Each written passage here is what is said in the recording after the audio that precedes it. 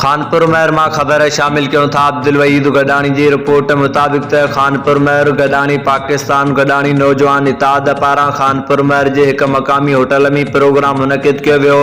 तालके खानगढ़ के ऑर्गेनाइज़र अब्दुल वहीद गडानी पारां खानपुर महर के लकड़ा होटल में प्रोग्राम थी गुजरी, जैमें दिल्ली के अगवान अब्दुल गफ़ार गडानी, तालके के ऑर्गेनाइज़र अब्दुल वहीद गडानी, फौजी मोहम्मद हयात गडानी, अब्दुल सलाम गडानी, मौलवी मोहम्मद अमीन गडानी, असद अली गडानी, हफीजुल्लाह गडानी, डॉक्टर मुमताज अली गडानी, खालिद महमूद गडानी, फौजी मोहम्मद ईसा गडानी समेत गडानी पाकिस्तान गडानी नौजवान इताद के कारकुनन वडे अंग में शिरकत कई।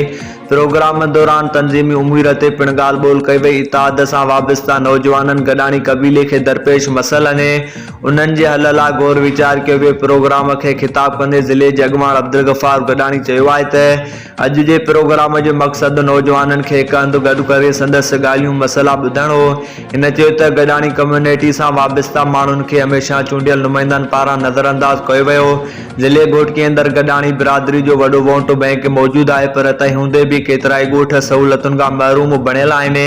रोड रस्ता भॻल टुटल आहिनि, सिहत जूं सहूलतूं लब आहिनि, ड्रेनेज जो सिस्टम तबाह हाल आहे, तइलीमी निज़ाम तबाह लॻो पियो आहे, ॻोठनि जा स्कूल बंदि पियल आहिनि, अमलो ग़ाइबु आहे, केतिराई ॿार स्कूल बंदि हुजण सबबि तइलीम जहिड़े ज़ेवर खां महरूम बणियल आहिनि।